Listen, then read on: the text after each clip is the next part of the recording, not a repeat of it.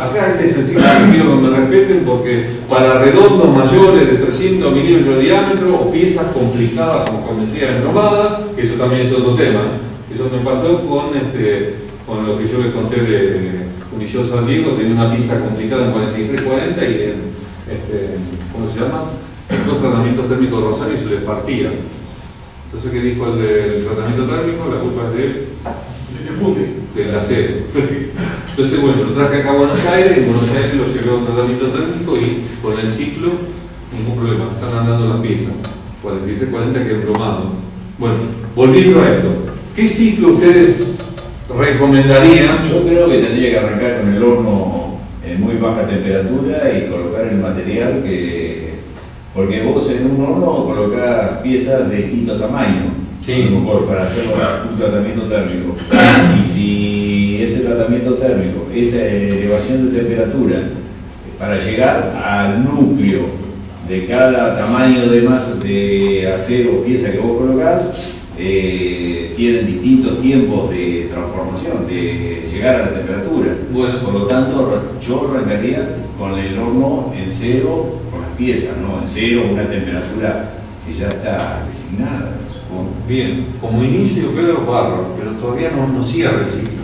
Falta algo más ahí. Con la Está aceleración, bien. ¿a cuánto tiene que ir acelerando el horno la temperatura? Bajarlo. A ver. ¿A qué tiempo tiene que llegar a 100? ¿A qué tiempo a 200? Ahí está cerca. Un control de ser tanto por minuto, tanto grado por minuto. Depende del material cuánto vaya absorbiendo. Depende de la masa y el material que vaya absorbiendo. La meseta hago el mismo, la ley de oro, ¿se acuerdan? 1 grado por pulgada. 1 grado por pulgada. 1 grado por pulgada, 300 grados, subo a 600. Otra vez, meseta. ¿Tá? Hay acero que, lamentablemente, como en el caso del contenido del cromo, elemento que hace que la difusividad térmica sea tan lenta que requiera 3 mesetas. Uno siempre utiliza una meseta habitualmente. Les quería comentar una cosa con el normalizado. Nosotros tuvimos, ¿se acuerdan que les contaba yo de las piezas estas de los engranajes planetarios satelitales de la caja de velocidad de Volkswagen? Que nosotros lo normalizábamos con acero de cementación, 86-20. Y que cuando salía, digamos, la barra, se la llevaban a Córdoba y entraban en un torno con 6 lugares donde ponían las barras, y las barras iban cambiando de posición y las mecanizaban en forma continua, o sea, intermitente. Sacaban 6 portacorona, por 6, ¿cómo se llama? No era portacorona. El engranaje planetario y el satelital, redondo 66 y 50 con otro, me estoy acordando. Entonces, cuando le aparecía con 150 abriles, que se acuerdan que les decía en el verano, que nosotros lo queríamos normalizar, el proceso era normalizado. O sea, salían las barras del enfriamiento al aire, le poníamos ventiladores para que disipe el calor y para que llegue la perlita finita, ¿se acuerdan? Y que tome la dureza entre 170 y 210 briles. Entonces, ¿cuál era el problema? No podíamos llegar a refinar la perlita y teníamos problemas de maquinabilidad. Entonces, le hacíamos atajamiento en el proceso de fabricación de estos dos engranajes. ¿Cómo ustedes resolverían, ahora te la pregunto a ustedes, cómo resolverían el tema del fenómeno de enfriamiento cuando ¿cómo se llama? Las temperaturas del medio ambiente eran de 50, 55 grados, 60 grados? ¿Pasábamos al lado de los hornos? Nosotros, para qué no usamos chaquetillas minúsculas, las verdes, esas de esa época, para que cuando nos saltan las chispas, digamos, no nos queme la ropa, empapado, entraba empapado ahí, no podíamos estar. Y lo peor de todo es que el producto no salía, y en verano no salía. Entonces, ¿cuáles son las alternativas o soluciones que ustedes mejorarían para generar un buen enfriamiento y para que produzca un buen normalizado de la estructura? ¿Qué les parece?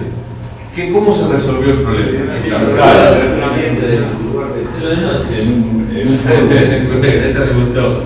No hacía tanto calor. Allá los hornos hacían calor, pero de noche, de día. Imagínate, 40 o 45 grados de calor y más de horno alrededor, 55 o 60 grados. Tocamos las termocuplas al lado.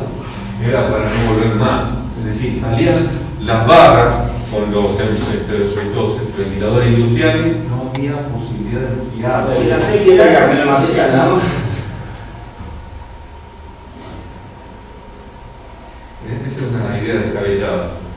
La solución fue la siguiente, no cambiamos el material. Como todas las acerías, acuérdense, como todas las acerías argentinas y brasileñas, lo que hacen es colocar la composición química en el tercio medio inferior, está dentro de composición química, la especificación, pero ¿qué se hizo? Se subió los elementos químicos que mejoraban la temperabilidad, se dijo, bueno, ¿qué vamos a hacer? Vamos a tener que poner plata y vamos a tener que ponerle manganeso y cromo, por ejemplo. Entonces se levantó la composición química y ahí sí mejoró el refinamiento de la tablita. Pero nos tuvimos que guardar, callarnos, no decirle nada a la gente de Volkswagen. Pues el acero era el acero, pero más reforzado. Eso fue. Así que bueno, ese fue un caso con el tema normalizado. No me quiero olvidar de algunos ejemplos porque les va a servir. Lo mismo el tema del módulo del engranaje, el tipo este de Córdoba lo resolvió así. Le gustó la idea. Una estructura que tiene 60 Rowell 6, otra estructura que tiene 40 o 30 Rowell 6 y otra estructura que tiene 10 Rowell 6.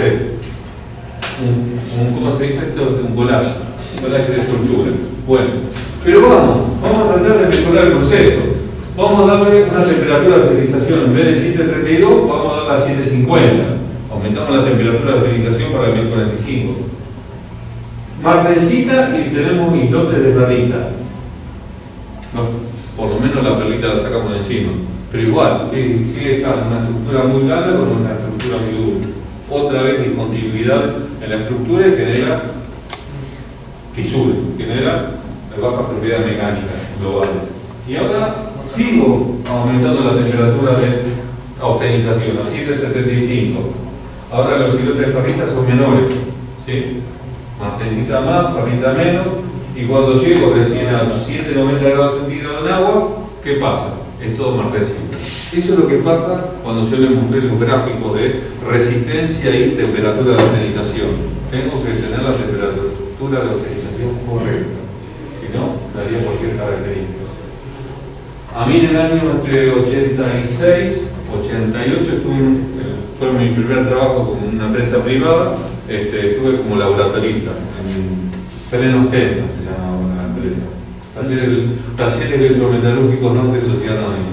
Entonces, siempre los lunes, sí, hay un San Lorenzo en Economicana. Siempre los lunes teníamos estas estructuras. Ya me tocaba llevar, me ponía el tratamiento eléctrico que traía a la mesita de la entrada del laboratorio y yo tenía la puerta y la tenía que analizar. Y siempre encontraba los días lunes estas estructuras. Entonces me decía el supervisor analizable, ¿qué está pasando? ¿Qué les parece que pasaba los días lunes? Que siempre aparecían estas estructuras, el collage de estructura. El sábado y domingo. Pues no trabajaban el domingo.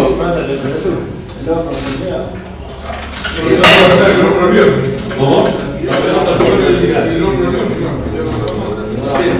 Entonces, yo tengo esto que se llama curva de disipación de calor. Entonces, en la superficie tengo la máxima disipación de calor cuando yo enfrío esta barra en el medio en agua. Cuando yo voy ingresando al medio radio, la velocidad de disipación de calor va bajando. Y cuando llego al núcleo, la más baja de todas. Entonces, ¿esto cómo lo manifiesto? Para que ustedes sepan que esto sirve para ustedes evaluar las características mecánicas. Fácil. Entonces, tomo el tema de la dureza, que está más simple. Tomo una rodaja de una barra templada y ¿qué hago? Corto en forma transversal, ¿sí? Miro las durezas en este sentido y diametralmente opuesto tomo las otras, ¿no? A 90 grados. Tomo las otras a 90 grados. Entonces hago un promedio y tomo una curva de dureza. Entonces la máxima dureza es la superficie, o sea que es la que tuvo mayor disipación de calor. La que le siguió es el medio radio y después la última es el núcleo. Bueno, entonces esto se llama curva del azul. Dije, la curva. Me puse a buscar en mis manuales, en lo que tenía guardado. Tengo un búnker con 20 años, tengo libros así, lo que se imagina. Coleccionaba libros, digamos. Soy un coleccionador de papeles, como dice mi mujer. Entonces colecciono los papeles, pero no me sirven, ¿no? Tengo de uranio, de berilio, de circonio, de soldadura, de horno y de esto. empecé a buscar esto. Digo, si ahora voy a cambiar de trabajo, voy a empezar un nuevo emprendimiento, tratando de desarrollar clientes, que esa es la palabra que quiero decir, y empecé a buscar las curvas del azul.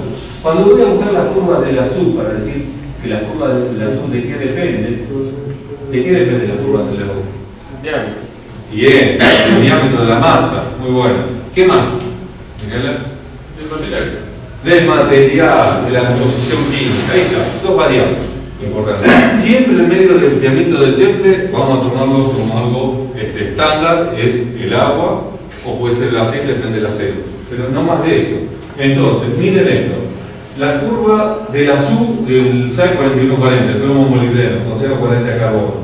Esto sería para un diámetro de 12 milímetros de diámetro y el más grande de 125 milímetros de diámetro.